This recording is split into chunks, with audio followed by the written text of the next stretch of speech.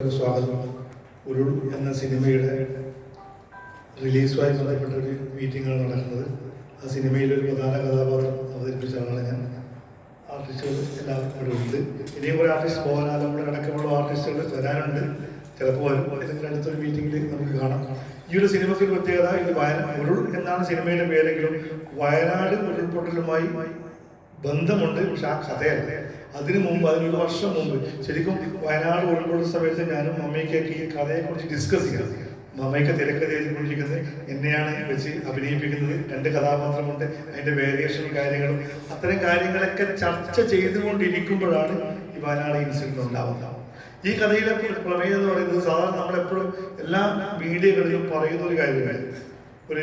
ഒരു ഇൻസിഡന്റ് സംഭവിച്ചു കഴിഞ്ഞാൽ 350-400 പേർ ദാരുണമായി കൊല്ലപ്പെട്ടത്, 10-15 പേർ അത്ഭുതകരമായി രക്ഷപ്പെട്ടു. അത് വളരെ സന്തോഷത്തോടെ പറയാം, അത്ഭുതകരമായി രക്ഷപ്പെട്ടു, അവർ ജീവിതത്തിലേക്ക് തിരിച്ചു വന്നു. സത്യത്തിൽ ഒരു ഇൻസിഡന്റ് ഉണ്ടാകുമ്പോൾ അതിൻ്റെ വേദന അനുഭവിക്കുന്നവർ ഈ രക്ഷപ്പെട്ടവരാണ്. ആ രക്ഷപ്പെട്ട ഒരു വ്യക്തിയുടെ കഥ പറയുന്നതാണ് ശരിക്കും സിനിമ. അതാണ് സിനിമയുടെ പ്രമേയം. ശരിക്കും എനിക്ക് തോന്നിയിട്ടുണ്ട്, ഒരു മനുഷ്യന്റെ ഏറ്റവും സന്തോഷിക്കുന്ന അവസ്ഥ എന്ന് പറയുന്നത് ഒരുപാട് സമ്പത്ത് ഉണ്ടാവുക, അല്ലെങ്കിൽ ഒരുപാട് സൗന്ദര്യം ഉണ്ടാവുക, എല്ലാ സുഖ സൗകര്യങ്ങളും ഉണ്ടാവുക എന്നതല്ല. നമ്മൾ സ്നേഹിക്കുന്നവർ, നമ്മളെ സ്നേഹിക്കുന്നവർ നമുക്ക് ചുറ്റും ഉണ്ടാവുക എന്നുള്ളതാണ് ഒരു മനുഷ്യന്റെ ഏറ്റവും സന്തോഷകരമായ അവസ്ഥ. ഈ ലോകത്ത് ആരും ഇല്ലാതായി പോയ അച്ഛൻ, അമ്മ, സഹോദരി, ഭാര്യ, മക്കൾ, ഇവരൊന്നുമില്ലാതെ ഒറ്റപ്പെട്ട് സമൂഹത്തിൽ ജീവിക്കേണ്ടി വരുന്ന അവസ്ഥയാണ് ഏറ്റവും ഭയാനകം. അങ്ങനെ ഒരു മനുഷ്യന്റെ കഥ പറയുന്നത്. ശരിക്കും ഈ സിനിമ കണ്ടിറങ്ങുന്നവർ, ഇനി ഈ സിനിമ കഴിഞ്ഞാൽ ഇങ്ങനെ ഒരു ഇൻസിഡന്റ് ഉണ്ടാവുമ്പോൾ ആ സിനിമ കഴിഞ്ഞ് ഇറങ്ങിയവർ ഓർക്കും, ശരിക്കും മരണപ്പെട്ടു പോയവരെല്ലാം അതിൽ ബാക്കിയായവരാണ്. അവരാരും ഒരു കുറ്റവും ചെയ്തിട്ടില്ല. നമുക്കൊന്നും സംഭവിക്കാത്തത് നമ്മുടെ ഗുണം കൊണ്ടല്ല, സംഭവിച്ചു പോലെ അവർ തെറ്റുകൊണ്ടല്ല. പ്രകൃതി നടത്തുന്ന ഒരു ദുരന്തമാണ്. ഒരു തെറ്റും ചെയ്യാതെ ഈ ലോകത്ത് ഒരു മോശം പ്രവൃത്തിയും ചെയ്യാതെ ദുഃഖം അനുഭവിക്കുന്ന ആളുകളുടെ കഥ. അങ്ങനെ കുറേ പേര്, ഈ കഥാപാത്രം പോലെ ഒരുപാട് പേരുണ്ട് ഈ ലോകത്ത്. ശരിക്കും അങ്ങനെ ഞാനെന്ന് അവതരിപ്പിച്ച കഥാപാത്രത്തിൽ ഒരു കുട്ടിയെ കാണുമ്പോൾ അതുപോലെ ഒരു മകളെ എനിക്കുണ്ടായിരുന്നില്ല, ഒരു മകളുടെ കുട്ടി എനിക്കുണ്ടായിരുന്നില്ല. ഒരു സ്ത്രീയെ കാണുമ്പോൾ ഇതേപോലെ ഒരു സഹോദരിയോ ഒരു ഭാര്യയോ എനിക്കും ഉണ്ടായിരുന്നില്ല. ഞാൻ ഇന്ന് ആ ഒരു കുട്ടി ഇല്ലായിരുന്നെങ്കിൽ ആരായിരുന്നു എന്നൊക്കെ ചെയ്ത് ആ ദുഃഖം പേര് ആത്മഹത്യ കഴിഞ്ഞ പേടിയായിരിക്കും. ചിലപ്പോൾ പലരും ആത്മഹത്യക്ക് വേണ്ടി തയ്യാറാണ്. ദൈവം തിരിച്ചു വിളിക്കുന്നത് വരെ 10, 30, 40 വർഷക്കാലം മറ്റുള്ളവർ സുഖസൗകര്യത്തോട് ജീവിക്കുന്ന കാണുമ്പോൾ ഞാൻ ഇങ്ങനെ ആയല്ലോ എന്നോർത്ത് ആ ദുഃഖം പേര് ജീവിക്കുന്ന ഒരു മനുഷ്യൻ.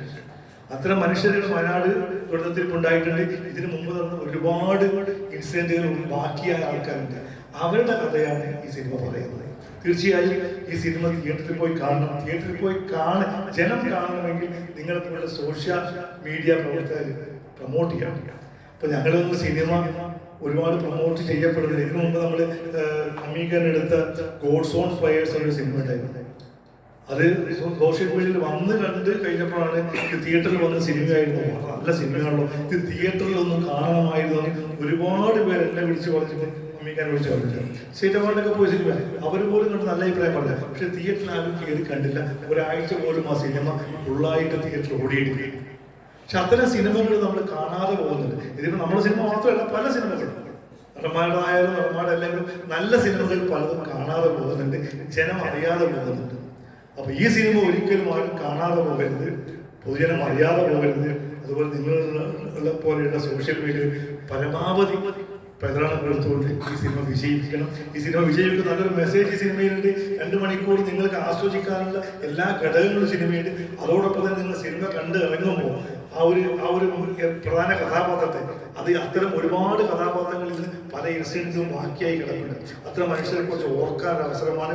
അതുമാത്രമല്ല, നമ്മളിപ്പോൾ നമ്മൾ സിനിമയുടെ വലിയ ആർട്ടിസ്റ്റ് ആയിട്ടില്ല, സിനിമയ്ക്ക് പുറത്താണ് കിടക്കാൻ വേണ്ടി ഇങ്ങനെ പടിവാതിക്കൽ നിൽക്കുന്ന ആൾക്കാരാണ് ഞങ്ങളൊക്കെ. അപ്പൊ ഞങ്ങൾക്കൊരു എൻട്രിയാണ് നിങ്ങളെപ്പോലെ സോഷ്യൽ മീഡിയയിലൂടെ ഞങ്ങൾക്ക് തരേണ്ടത്. ഒരു സിനിമ വിജയിക്കുമ്പോഴേ ആളുകൾ ശ്രദ്ധിക്കപ്പെടും. അപ്പൊ വിജയിക്കുന്ന ഒരു സിനിമ ഉണ്ടാകുക എന്നുള്ള ഞങ്ങളുടെ ആഗ്രഹം. അതിന് നിങ്ങൾ എല്ലാവരും സഹകരിക്കണം. ഇവിടെ വന്ന മുഴുവൻ സോഷ്യൽ മീഡിയ മാധ്യമ പ്രവർത്തകരോട് നന്ദി അറിയിക്കുന്നു. നന്ദി, നമസ്കാരം.